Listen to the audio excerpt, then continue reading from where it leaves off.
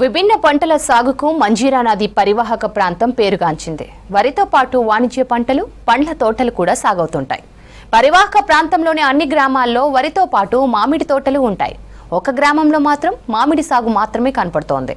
ఆ గ్రామ శివారులో ఎటు చూసినా మామిడి తోటలే కనపడతాయి.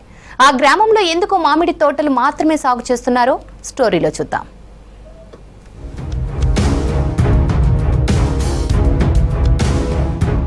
నిజామాబాద్ జిల్లా సాలూర మండలంలోని మందర్నా గ్రామం మామిడి తోటల గ్రామంగా ప్రసిద్ధి చెందింది. గ్రామ శివారులో ఎటు చూసినా మామిడి తోటలే కనిపిస్తాయి. ఏళ్ల తరబడి మామిడి సాగు చేస్తున్నారు ఇక్కడి రైతులు. గ్రామంలో మొత్తం 1800 ఎకరాల ఆయకట్టుంది. ఇందులో 500 ఎకరాల్లో మామిడి సాగు చేశారు రైతులు.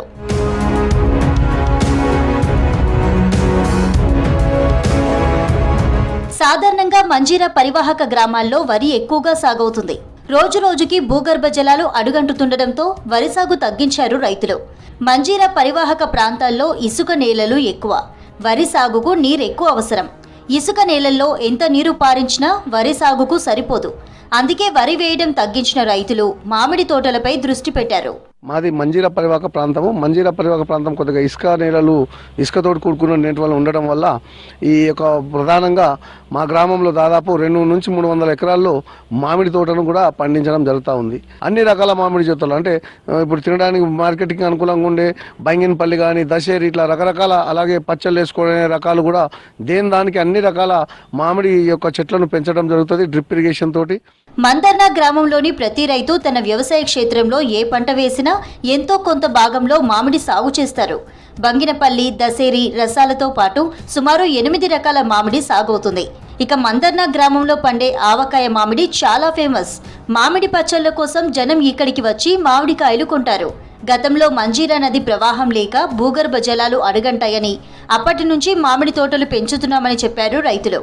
తమకు రాయితీ ఇచ్చి మార్కెటింగ్ సౌకర్యం కల్పిస్తే మరింత నాణ్యమైన మామిడి సాగు చేస్తామని చెప్పారు. మా ఊర్లో మామిడి తోటల పొలాలు మస్తున్నాయి. ఏంటంటే మా ఊర్లో ఉన్న మొత్తం మీద ఒక 300 ఎకరాలు ఉంటది మామిడి తోట. అందులో సొంతవి కొన్ని ఉన్నాయి, కొన్ని గుత్తకి ఇచ్చేస్తారు.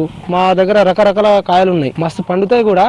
మా ఊర్లో మామిడికాయలు అంటే ఫేమస్. మా ఊరికి నుంచి మస్తు దూరం వాళ్ళు వచ్చి కూడా తీసుకుపోతారు.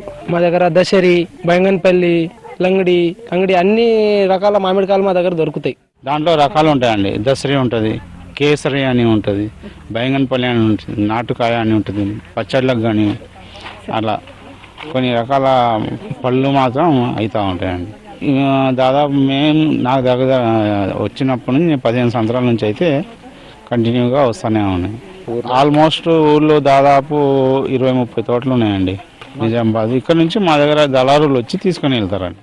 ఊరి చుట్టూ మామిడి తోటలతో కలకలలాడుతుంది మందర్నా గ్రామం. వెరైటీ మామిడి పండిస్తూ ఆదాయం పొందుతున్నారు రైతులు. సర్కార్ మామిడి సాగును ప్రోత్సహించాలని కోరుతున్నారు.